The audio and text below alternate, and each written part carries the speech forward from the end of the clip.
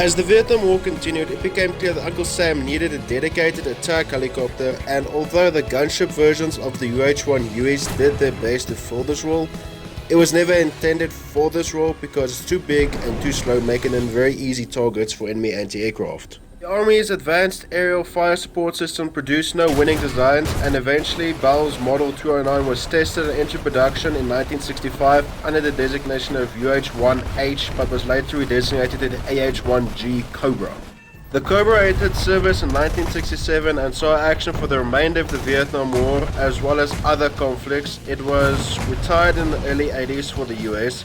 The Cobra served in the Spanish Navy from 1971 to 1985, as well as the Israeli Armed Forces from 1974 to 1977.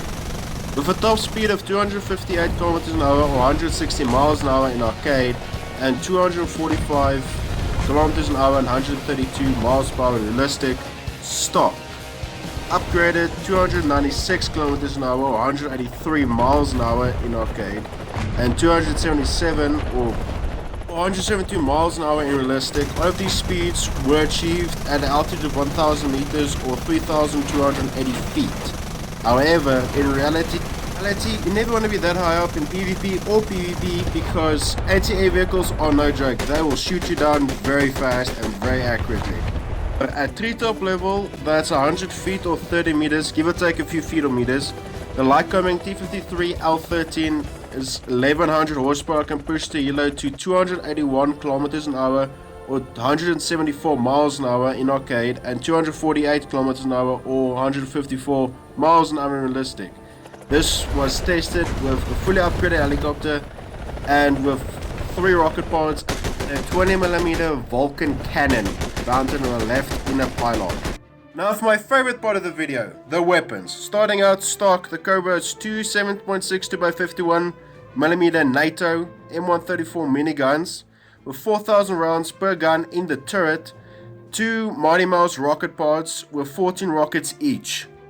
Upgraded, it's the user's favorite flare of destruction. The M134s are replaced by 2 M129 cannons. They are basically two 40mm grenade launchers with 300 rounds per gun. As far as the suspender armaments goes, the helicopter has a custom loadout option, meaning you can carry gun pods and rockets in the same loadout. Custom loadout options is as follows: up to 4 M134 miniguns, 4 rocket pods, and 1 20mm Vulcan mounted on the left inner pylon. Unfortunately, the AH1G does not get guided weapons, so up close and personal is going to have to do. Despite not having the best flight performance at high altitude, it is still superior to most of the other counterparts. The Cobra can struggle to get off the ground when fully loaded.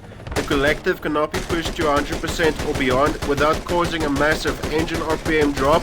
Using 80% is more than enough for low level flight at high speed.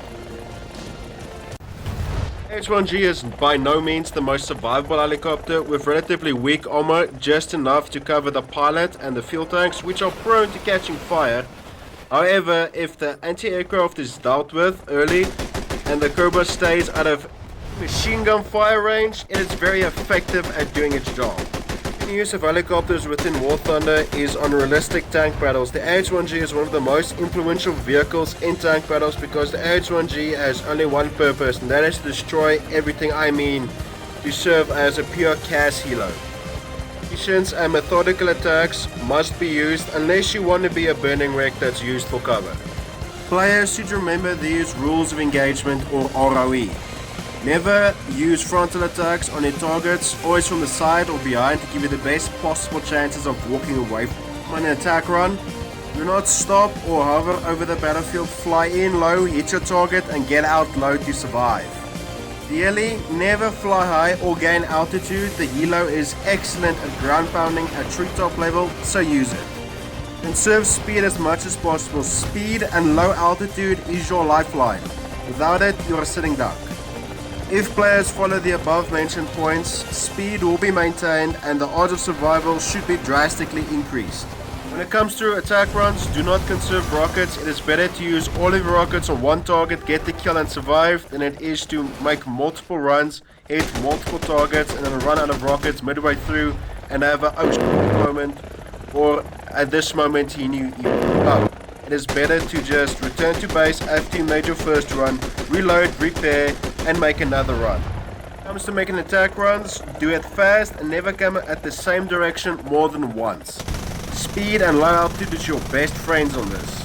If you come at the target from the same direction more than once, or into an area more than once from the same direction, it is easy for other enemy vehicles to track where you're coming from, and then just shoot you down as soon as you clear the buildings, or whatever obstacles are preventing them from shooting at you. Thanks for watching to the end, I really appreciate it. Leave a like, comment, and share. Till next time, war out!